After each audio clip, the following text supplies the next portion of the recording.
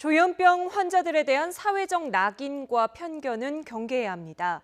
하지만 중증 정신질환자에 대한 체계적인 관리 시스템이 마련돼 있었다면 이 같은 참극은 막을 수 있지 않았겠냐는 안타까운 지적이 나오고 있습니다.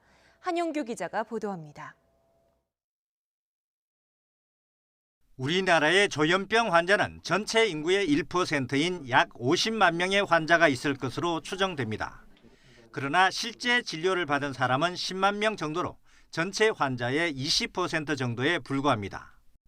조현병 환자는 환청이나 환시 같은 감각의 이상, 누군가 나를 해치려 한다는 피해 망상, 이해할 수 없는 말을 중얼거리거나 이유를 알 수 없는 행동을 반복하는 등의 증상을 보입니다. 조현병 환자가 일반인에 비해 특별히 더 폭력적이지는 않습니다. 그렇지만 자신이나 타인을 해치는 행동을 한 적이 있거나 중증 환자이면서 치료를 중단한 경우에는 위험할 수 있습니다.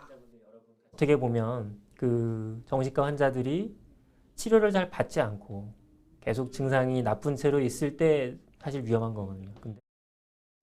정신과 환자의 인권을 고려해 입원 조건이 까다로워지면서 중증 환자들이 많이 퇴원했지만 적절한 치료와 관리 시스템이 뒷받침되지 못한 게 화근이 됐습니다.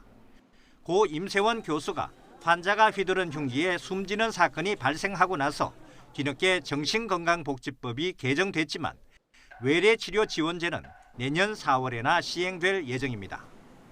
보건복지부는 정신질환자가 자신이나 타인을 해치는 행동을 한다는 신고가 들어올 경우 경찰과 소방, 정신건강복지센터가 공동 대응할 수 있도록 협력체계를 구축한다는 방침입니다.